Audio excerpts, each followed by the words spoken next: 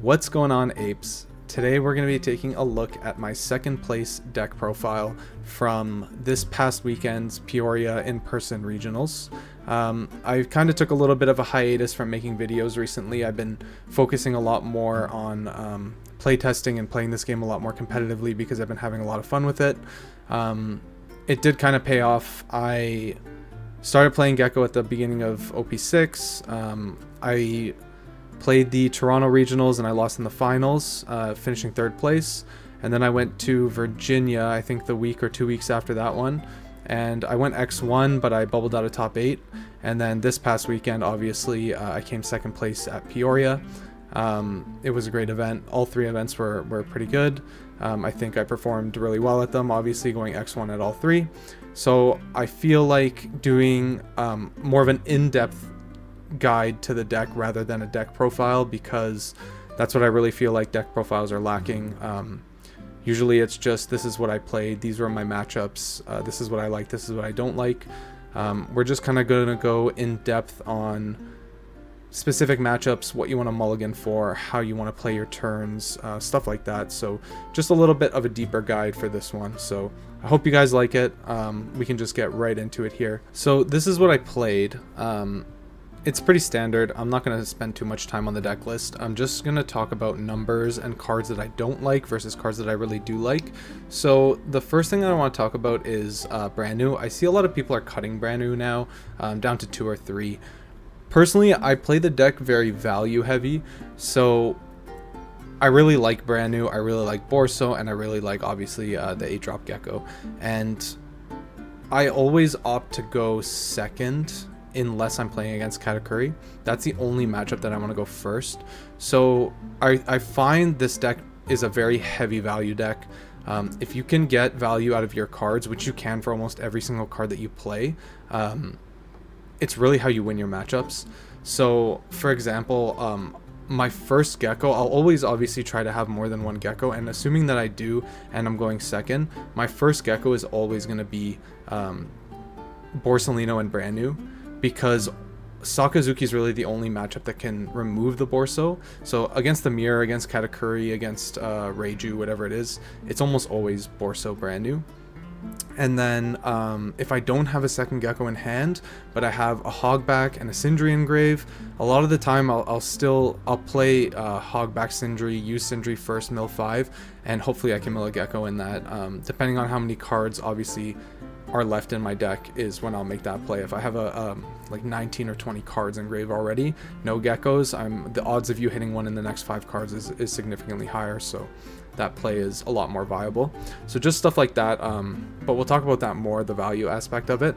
So that is why I play 4 Borsos. I think this card is crazy, this format. It's insane in the mirror match. They can't get rid of it. It's just a body that's really sticky. It's good into Kata. If you're going second, you can play it on 4 Dawn and they can't Gadatsu it. It's good into Reiju because it forces them to bounce it with Niji when they're trying to swing, and you can use it as a counter. But that's just because I don't play Kuzan. I think in that aspect, Kuzan might be a little bit better because you can play Kuzan, draw a card, and then they'll bounce it to your hand. But 4 Borso for me is pretty solid. Same thing with 4 Sabo. I don't know how people are playing this card at 3 or even 2, but this is like the second best black card that they ever printed next to Gecko. But this card's insane. You can do some pretty crazy combos with it in this deck, especially because I play Cerberus, which is the next card that I'll talk about. This card came up a lot. It comes up a lot. Originally I was playing Rosinante because I wanted to up my Navy count, so I played that at the Toronto regionals. I ended up changing it to Cerberus, and I never even thought about changing it back, because there are a lot of times where for 8 Dawn, especially late game, you can leader ability, bring out Cerberus, play Sabo, and they literally can't get rid of the Cerberus, right? Like Gecko can't get rid of it, Kata, they have to Amaru it, but obviously you can't play around that. But it's mainly in the mirror match that it's really good. If you can combo it with Sabo, it's literally an unkillable blocker, which is just crazy late game. The only other kind of thing that I ever teeter with is the Helmeppo. A lot of people tell me to play 3. Honestly, and this is just from personal experience, I mill it pretty often, and when I don't mill it, I usually have a Subaru engrave. it's not that it's unplayable if I only have Suru and not Helmeppo. It's still definitely very playable. It's just better, obviously, if you have Helmeppo. So it does come up, but it doesn't come up often enough where I'd bump Helmeppo to 3. The only thing I really like about it is on like 5 Dawn, you can play Helmeppo to minus and then pop something with Absalom, but you're losing 2 cards with that. I don't love it because, again, I play the deck very value heavy. So as for cards that I am not a fan of, number 1 is the Rebecca Hina combo. I see a lot of people playing it. I think Rebecca's trash, honestly. The Hina, I would love to play it if it had any kind of counter on it, but the fact that it's a non-counter, the fact that I would have to play at least like 2 or 3, and the fact that it's only good on 6 Dawn really turns me off. So other than 6, I honestly don't know when you're playing that card.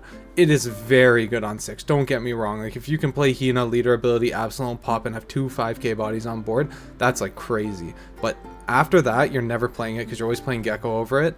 And before that, you're never playing it because you can never combo anything with it. So I really don't like that. And then having to hard draw the Rebecca it's just not consistent enough for me. So I opted not to play that stuff. Originally, I did test Tina. I didn't like it. Secondly was the Tashigi. This is like the one card that I really do want to fit in just because it's a 2k counter, and obviously 2k counters are great, but can't find room for it. It is a Navy target, that's nice, but that's like, it's whatever. People make the argument that you can play it on 6 Dawn and then tap it minus something pop, just kind of like Hina, and they're forced to swing into it. But honestly, that play it's not even that good. I don't know why everybody boosts about that play. I'd rather just keep it as a 2k. In Virginia, I did play it, and I played 3 brand new. That was the only difference between this list and then. For the Peoria regional, I played 3 alt art brand news and 1 regular art one, so that I would know that that was the Tashigi whenever I drew it, and every single time that I drew it, the brand new was just infinitely better than the Tashigi. Even as a counter, it was better. So definitely not going back to the Tashigi, just going to keep it with the 4 brand news. The last card is Kuzan. I think that card is great. I think there's a lot of offensive ways to play it, like playing it on 6 or 7 Dawn and forcing your opponent to get rid of it instead of playing a Gecko, or playing a worse Gecko.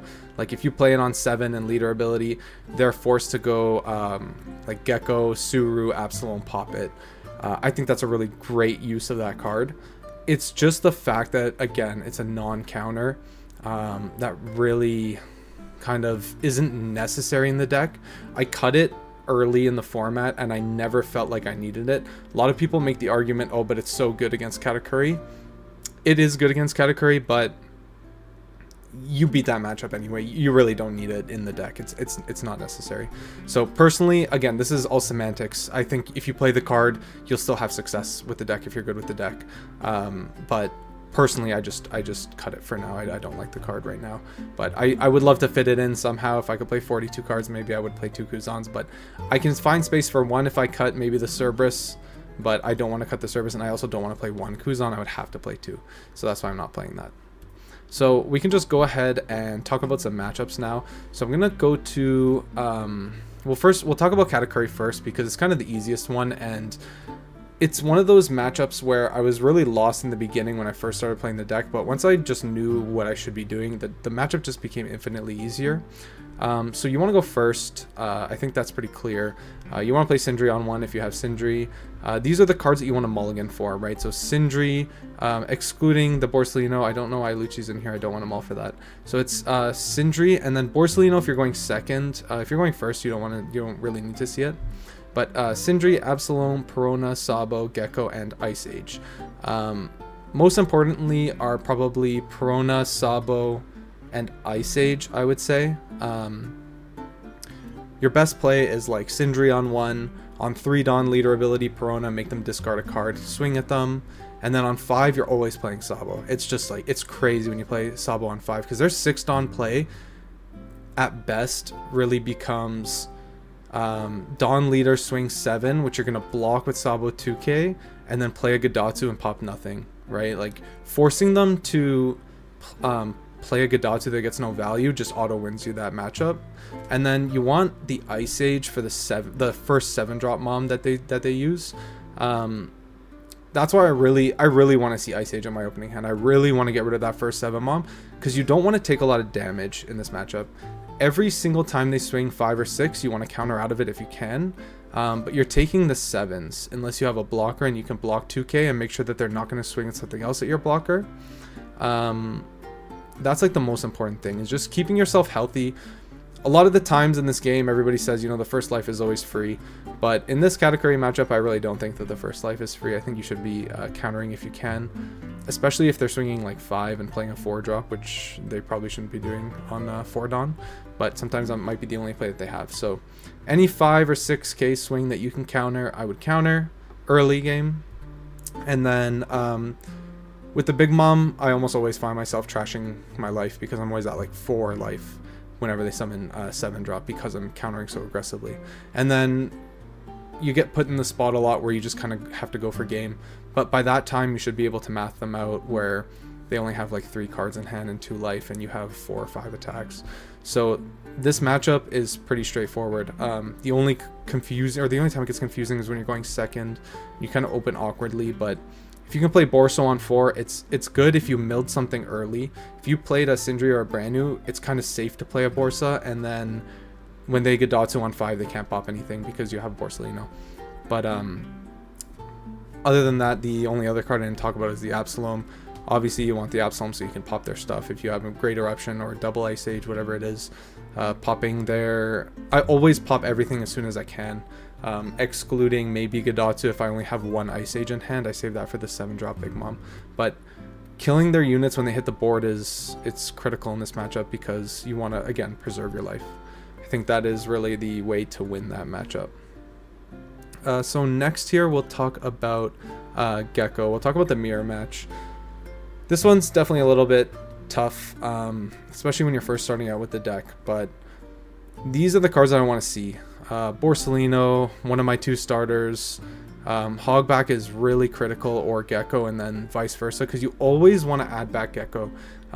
You want to have like 3 Geckos in your hand by the time you hit 8 Dawn, so you can Gecko on 8, summon the Borsalino and the brand new.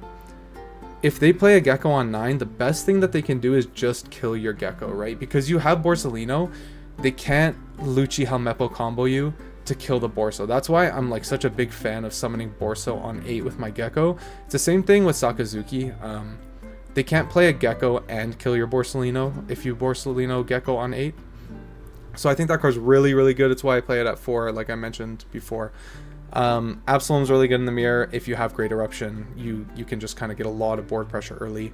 And then Prona, obviously, that card goes without saying. Making them discard cards while swinging is really good. But one thing I do get a lot of questions about is, why do you go second in the mirror? Honestly, I don't think it matters. I really want to lose every die roll every time I get a mirror, so that if I lose, I can say, you know, I lost a die roll, so I didn't get to pick what I wanted. But I always pick second. I like getting the extra card, and if they don't open Perona, going first is really bad for them. Especially if you open Perona, because not only do you get the extra card, but you make them rip a card with Perona, and they're just so behind. And you can drop a Gecko first, which is like crucial in this matchup, especially if they can't out the first Gecko. It's so hard for them to come back. So the only other card I want to talk about for the mirror is Sabo. Like I said earlier, that card's crazy. In the mirror match, it's insane because it makes all your units unpoppable. There's nothing Gecko can do. It's not like Sokka where you can bottom deck, right? So that card's crazy. Comboing that with Cerberus is insane, especially late game. Especially when you hit 10 Dawn, you have exhausted all your Geckos. You just want to Cerberus Sabo and just watch them swing 7 and you block, or swing 9, you block, whatever it is. But that stuff's insane. Cerberus alone is also really good if you can if you can play with math. It's good. Like, you have to understand that yes, they can pop it with Absalom, but they need to leader ability, so they need to commit at least 3 Dawn for a 6k swing. Late game, that can actually save you the game. So there's a lot of times where I will play the Cerberus knowing that I have just enough counter to counter out of 6 or a 7 swing if they're using 3 or 4 Dawn to do that. So next, we're just going to go ahead and talk about Sokka. Not a lot of cards you want to mull for, which is pretty good. Just honestly, a starter is good. You kind of get there. Perona's like the main card. Perona and Gecko are the two main cards that I always mull for. I just like Hogback because, again, I want to add back Geckos from my grave, or my trash. So if I can do that, if I have 2 Geckos going into 8 Dawn, I feel more comfortable playing against Sokka, especially the stage build, because they almost instantly get rid of the first one, but they have a hard time getting over the second or third one, because they exhaust a lot of resources. But the way that I play this matchup is really Perona heavy. Obviously, taking cards out of their hand is good. If you can do it multiple times, it's really good. You kind of just want to control their hand, swing low to make them pitch cards. You always want to have more cards in them in this matchup specifically. The less cards that they have, it's so difficult for them to remove your stuff with a little amount of cards, because they have to play a lot of cards without plussing off them to get rid of your stuff, which is not what you have to do, right? Your cards destroy units and play units at the same time. There's like Houndblaze and like Sword, that once they use the card, it's gone. So I think that is a critical way to think when you're playing against this matchup, is just keeping in mind how many cards they have in hand, not giving them too many, taking cards out of their hand. Second last here we have is Reiju, just because this deck's getting a lot more popular. One of my friends is a Reiju abuser. He was playing it the whole format. I play tested with him a bunch of games, and honestly, without him, I would be lost in this matchup, but he kind of showed me how to play it, what he's afraid of. And honestly, when you just go face, they get really nervous because they don't play a lot of blockers. Most of the builds don't play the queen blocker, but some are starting to now. But critical cards are the Absalom and the Ice Age. It's just mull for Ice Age. I don't care about any other card in my hand but the Ice Age. If I can kill the first ECG that they play, I feel like I'm super ahead, because they're 1 turn less on Judge most of the time, and their 7k body is gone. So just Ice Age the ECG, that's the best advice I can give you. Borsalino is not great because it gets bounced by Niji, but Sabo is amazing because they have no out to it. So Sabo, if you can establish a Gecko, you can usually go for game the turn after, or at worst the turn after that. But again, most important thing in this matchup, Ice Age the ECG. And then lastly, I'm going to talk about the Yamato deck. So these are the cards I want to see. Obviously, if I can open my one of Cerberus, that's amazing. I can play it on my 2 Dawn because I always opt to go second, and they can't swing at me. If you can go like Cerberus into Borso, it's really good. I mull for 2Ks, which is why I have the Suru here. I'm not sure if it's correct or not yet, but I always counter the first swing if I can, if I have a Borsalino in hand, because they'll swing 8, I'll counter, and then I'll play Borso, so I'm safe from them going Onami, swing 8 again. But most of the time, they'll play like an Izo, tap the Borso, swing, and that's fine. You know, they're swinging for 7, it's fine. If you can't counter, just take it, it's whatever. But if you can block the first 2 swings with a Borsalino and 2 2Ks, you get really far ahead, because they can't really play the game they have to commit so much Dawn to swinging at you for the rest of the game that they're not playing units, right? If their 5 Dawn turn is swing 10 at your face, like, you're laughing, because you're playing 2 units before they're even playing 1, you know? And a lot of their decks rely on those the triggers that are if you have 3 or less life, like Okiku and Nekomamushi. So I just, that's how I play the matchup. I haven't played against a lot of Yamatos in tourney, so I've kind of been I wouldn't say lucky in that aspect, but maybe lucky in that aspect. But yeah, this matchup it's pretty straightforward. You just kind of play blockers, you just counter early if you can. If not, you just want to pop their stuff.